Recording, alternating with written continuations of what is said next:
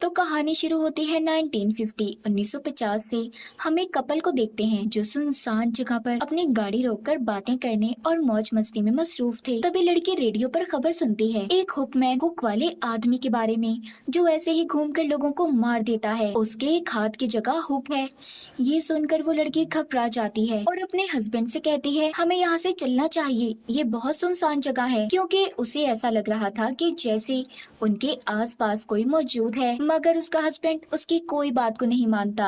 अब तो लड़की और ज्यादा डर गई थी और अपने हस्बैंड से कहती है कि प्लीज चलो यहाँ से, मैंने कहा ना मुझे कुछ ठीक नहीं लग रहा। अब उसका हस्बैंड उसकी बात मानकर गाड़ी को एक दूसरी जगह पर ले आया था। जैसे ही वो बाहर निकलता है उसके होश उड़ गए थे, क्योंकि उनकी गाड़ी में एक हुक फंसा हुआ था। यानी कि ये सही वक्त पर उस सुनसान जगह से निकल गए, वरना ये दोनों मारे जाते, क्योंकि वो कातिल हुकमैन इनके पास पहुंच गया था। मगर सही वक्त पर ये बचकर वहां से निकल गए। अब कहानी आ जाती है प्रेजेंट मौजूदा दौर में। हम चार दोस्तों को देखते हैं जो मौज मस्ती करते हुए गाड़ी में जा रहे थे कि अचानक से उनका एक्सीडेंट हो जाता है। उन चार दोस्तों में एक लड़का क्लिफ, उसकी दो फीमेल फ्रेंड्स और उसका एक भाई था। अब जो फिल्म के शुरू में हमने कपल की कहानी देखी जो हुकमैन से डरकर भाग गए थे, ये कहानी दरअसल क्लिफ ही अपने दोस्तों को सुना रहा था और सही से ध्यान न होने की वजह से इनकी गाड़ी का एक्सीडेंट हो गया। क्लिफ अपनी फीमेल दोस्तों से कहता है, देखो जिस गाड़ी से हमारा एक्सीडेंट हुआ उसने हमें देखा भी नहीं और ऐसे ही चले गए। खैर ये चारों आग जलाकर रोड के दरमियान में ही बैठ जाते हैं। इन्हें पास ही एक खंडर भी नजर आता है जो कि सदियों पुराना एक चर्च था। अभी आग जलाकर बैठ गए थे और अखबार पढ़ने लगते हैं, जिससे इन्हें पता चलता है कि यहाँ पर दो लोगों को मार दिया गया एक हुक के साथ, मगर कातिल अभी तक ना मिल सका। वक्त गुजारने के लिए ये न जाने बैठे क्या क्या बातें कर रहे थे, क्योंकि इनकी गाड़ी पूरी तरह से तबाह हो गई थी और आधी रात में ये घर भी वापस नहीं जा सकते थे। तो क्लिफ अपने दोस्तों से कहता है कि चलो मैं तुम्हें एक कहानी सुनाता हूँ, एक कपल की जो हनीमून मनाने अपनी वैन में निकले थे। उनकी वैन बिल्कुल एक घर की तरह थी जिसमें हर चीज मौजूद होती है। उन्होंने गलती ये की कि आधी रात को अपनी वैन को उन्होंने जंगल में रोक दिया। तभी उनके पास एक आदमी आया जो कहता है कि तुमने यहाँ पर आकर अच्छा नहीं किया, वो तुम्हें मार देंगे जो पूरे चांद की रात में अपने शिकार पर निकलते हैं। हस्बैंड पूछता है, किसकी बात कर रहे हो तुम? वो आदमी दरअसल यहाँ पर वेयरवुल्फ भेड़िए की बात कर रहा था। वो आदमी उस कपल को बताता है कि एक रात इसी तरह मेरी वाइफ की गाड़ी यहाँ पर रुकी, मगर उसके बाद न कभी मेरी वाइफ मिल सकी और न ही उसकी गाड़ी। ये आदमी बड़ी गन लेकर उन भेड़ियों से बदला लेने आया था। कहता है कि मैंने तुम्हारी वैन के बाहर उनके पैरों के निशान देखे हैं, तो अगर तुम्हें कोई भी खतरा लगे तो अपनी वैन को अच्छी तरह से बंद कर लेना और तब तक उसी जगह पर रुके रहना जब तक सुबह न हो जाए। उन दोनों हस्बैंड वाइफ को इस आदमी की बातों से तो नहीं बल्कि इससे डर लग रहा था। अब वो जाकर दोबारा से अपनी वैन में चले जाते हैं और यहाँ से जाने लगे थे कि तभी वो देखते हैं कि उनकी वैन में फ्यूल खत्म हो गया। हस्बैंड कहता है, मैंने टैंक को फुल करवाया था, ऐसे कैसे हो सकता है? इसे अब उस आदमी पर शक हो रहा था जिसने भेड़िए के बारे में इन्हें बताया था। ये सोचता है कि उसी ने ये सब किया होगा, मगर उस बेचारे को तो भेड़िए ने पकड़ लिया था और गाड़ी के नीचे से उसे घसीट लेता है। उसकी गाड़ी के नीचे खींचकर भेड़िए ने उसे मार दिया था और भयानक खतरनाक तरीके से उसके टुकड़े कर देता है। इधर ये कपल जिनकी वैन में फ्यूल खत्म हो गया था सोचते हैं कि अब इन्हें क्या करना चाहिए। तभी वाइफ के पाँव में भी चोट लग गई थी। हस्बैंड कहता है कि तुम यहीं पर रुको, मैं बाहर जाकर गैस स्टेशन ढूंढता हूँ। अब जब वो पैदल निकलता है तो उसी आदमी की गाड़ी तक पहुँच गया था जिसने इन्हें वुल्फ के बारे में बताया था। वो उसकी गाड़ी देखकर सोचता है कि थोड़ा सा पेट्रोल क्यों ना मैं इसकी गाड़ी से ही ले लूं। अब जब वो ऐसा करने लगा ही था तो वो फिसलकर गिर जाता है। उसके कंधे पर उस आदमी का जबड़ा चिपक जाता है। ये वहाँ पर दरअसल खून की वजह से फिसला था। उस आदमी को भेड़िया मारकर खा गया था। हस्बैंड को ये सब देखकर समझ आता है कि वो आदमी इनसे सच कह रहा था। अब वो जब यहाँ से जाने लगता है तो भेड़िए ने पीछे से आकर उसे भी पकड़ लिया था। भेड़िया उसका गला दबा देता है जिससे उसकी आवाज बंद हो गई थी। हस्बैंड तेजी से भागता है और अपनी वैन के दरवाजे को जाकर जोर जोर से खटखटाने लगा, मगर उसकी वाइफ दरवाजा नहीं खोलती। वो डर गई थी क्योंकि ये खुद कहकर गया था कि जब मैं 3 दफा दरवाजा बजाऊं तो तुम समझ जाना कि मैं हूँ और दरवाजे को खोल देना। मगर अब ये खुद ही डर की वजह से दरवाजा जोर जोर से बजा रहा था। उसकी वाइफ थोड़ा सोच में पड़ जाती है, उसे दरवाजा खोलना चाहिए या नहीं। तभी वैन की छत के ऊपर से भेड़िए ने उसकी वाइफ के बालों को पकड़ लिया था। वो उससे अपना पीछा छुड़ाने की कोशिश करती है और एक नोकीला रॉड उसे दे मारती है। थोड़ी देर बाद वो भेड़िया वहाँ से खिड़की के अंदर आने की कोशिश कर रहा था, मगर इस बार भी वो उसके मुंह पर पेपर स्प्रे कर देती है और साथ ही वैन में उसने खतरे वाला अलार्म बजा दिया था और खुद बेहोश हो गई थी। जब सुबह होती है और उसे होश आता है तो एक पुलिस वाला उसके पास आया था। वो उस वैन से उसे बाहर निकाल कर ले जा रहा था और कहता है कि पीछे मत देखना, मगर वो अपने पीछे देख लेती है और देखकर हैरान हो गई थी। उसके तो होश उड़ गए थे क्योंकि भेड़िए ने इसके हस्बैंड को मारकर उल्टा दरख्त से लटका दिया था और उसके हाथ में पहनी अंगूठी बार बार वैन की छत से रगड़ खा रही थी।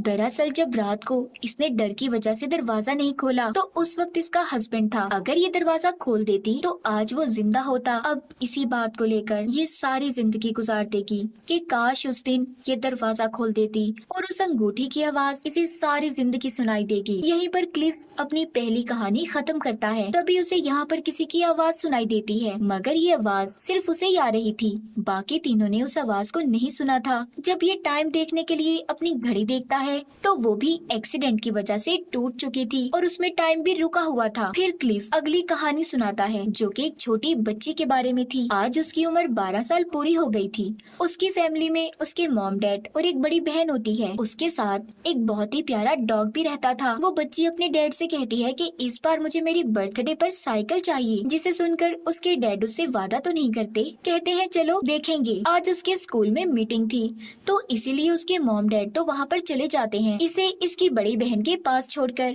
इस बच्ची ने इंटरनेट पर अपनी एक दोस्त बनाई हुई थी जिसका नाम जेसिका था, जिसके बारे में इसने अपने मॉम डैड को कभी भी नहीं बताया था। अब खैर इसकी बहन भी आज रात पार्टी करने अपने दोस्तों के साथ चली जाती है। वो बच्ची अब घर पर बिल्कुल अकेली थी। ये बात अब वो अपनी दोस्त जेसिका को भी बता देती है, जिसके साथ ही अक्सर इंटरनेट पर बातें किया करती थी, जिसे सुनकर वो अचानक से ऑफलाइन हो गई थी। दरअसल जेसिका कोई लड़की नहीं बल्कि एक सीरियल किलर कातिल था जो छोटी बच्चियों से ऐसे ही इंटरनेट पर दोस्ती करके उन्हें फंसाता और फिर मार देता था। उस कातिल ने उस छोटी बच्ची के बारे में भी बहुत सी मालूमात जमा कर रखी थी। उसकी जासूसी ये काफी वक्त से कर रहा था। अब जब इसने ये सुना कि वो घर पर अकेली है तो उसे मारने की तैयारी में लग गया। बच्ची अपने घर के बाहर गार्डन में बॉल से खेल रही थी कि तभी उसकी बॉल झाड़ियों में गिर जाती है। इतनी ही देर में कातिल भी उसके घर पर पहुंच गया था। अब जब वो झाड़ियों में उस बॉल को लेने जाती है तो वो कातिल उसे बालों से पकड़ने की कोशिश करता है, मगर उसे बॉल मिल गई थी और वो उसे लेकर चली जाती है। उसने अंदर आकर दरवाजे को भी लॉक कर दिया था। अब वो कातिल उसके डॉग के अंदर आने वाले दरवाजे से अपना हाथ डालकर लॉक खोलने की कोशिश करता है, मगर नहीं खोल पाता। खैर वो बहुत कोशिश के बाद फिर एक खिड़की के रास्ते से गैराज में आकर अंदर आ गया था। छोटी बच्ची अपने डॉग को कमरे में ले जाकर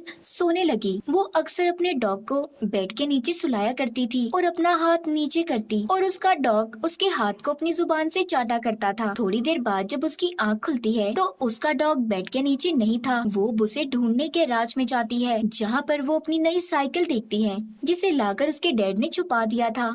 वो ये देखकर बहुत खुश हो जाती है। तभी अचानक से वहाँ पर लाइट भी चली गई थी।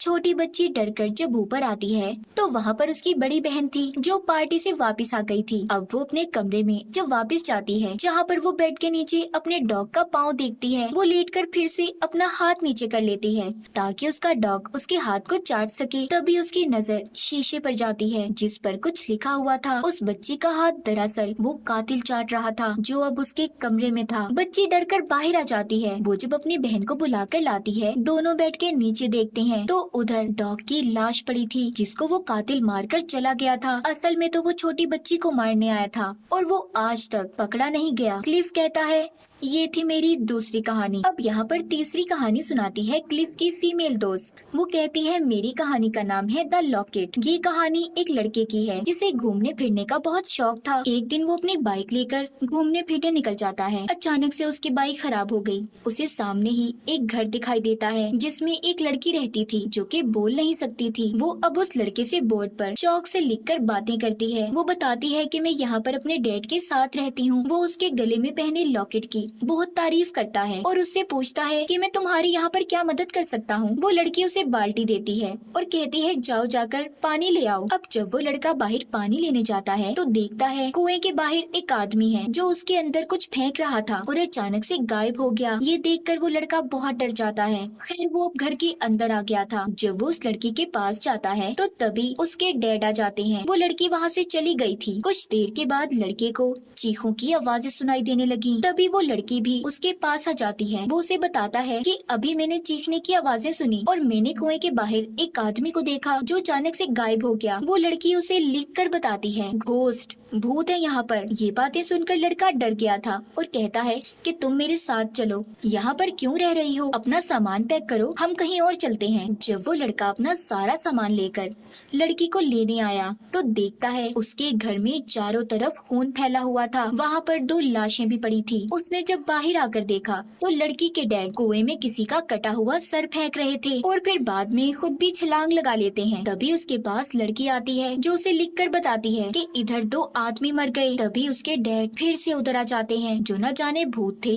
या इंसान। अब वो लड़का एक कुल्हाड़ी पकड़ता है और उस लड़की के डैड के पाँव में मार देता है, जिसके बाद वो उसे लेकर वहाँ से चला गया था। लड़का लड़की को उसके घर से दूर ले आया था। जब लड़की उसकी गोद में सर रखकर सो रही थी तो वो लड़का उसका लॉकेट उतार कर उसमें तस्वीर को देखता है जो उस लड़के की और इसी लड़की की थी, जिसे देखकर वो हैरान हो जाता है और सोचता है कि मैं तो इससे अभी कुछ दिन पहले मिला, तो इसके लॉकेट में मेरी तस्वीर कैसे? तभी वो लड़की जाग जाती है। तभी अचानक से उसका सर कटकर खुद ब खुद अलग हो गया था। दरअसल एक रात जब इस लड़की के डैड घर पर आए तो उन्होंने इन दोनों को एक साथ देख लिया, जिस वजह से लड़की के डैड ने दोनों को मार दिया और अपनी बेटी यानी कि इस लड़की का सर काट कर कुएं में फेंक दिया। फिर जिसके बाद ये सभी भूत बन गए। पर उस लड़के का ये दूसरा जन्म था। वो दूसरी बार दुनिया में पैदा हुआ था और दोबारा उस लड़की से मिला, मतलब उस लड़की के भूत आत्मा से। और शायद वो लड़का टाइम लूप में फंसा हो जो ऐसे ही चलता रहेगा। फीमेल दोस्त जब ये कहानी खत्म करती है तो क्लिफ को पुलिस आती और एम्बुलेंस की आवाज सुनाई दी थी।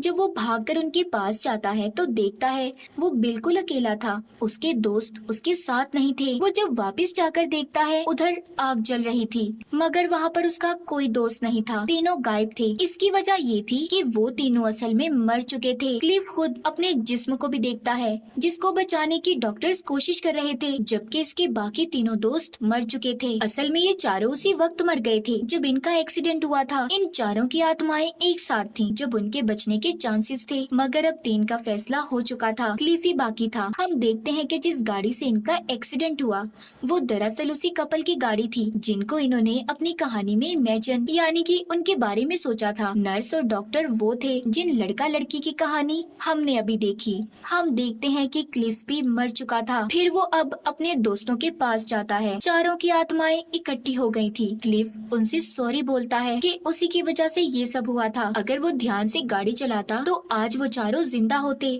पुलिस इनकी लाशों को ले जा रही थी कि तभी हम सामने से एक गाड़ी को आता हुआ देखते हैं जिसमें था वही कातिल हुकमैन जिसको हमने कहानी के शुरू में देखा था। वो क्यों आया था? क्या सच में वो कातिल था? ये एक सवाल ही रह जाता है। और इसी के साथ हमारी इस फिल्म की ये कहानी भी यहीं पर खत्म हो जाती है।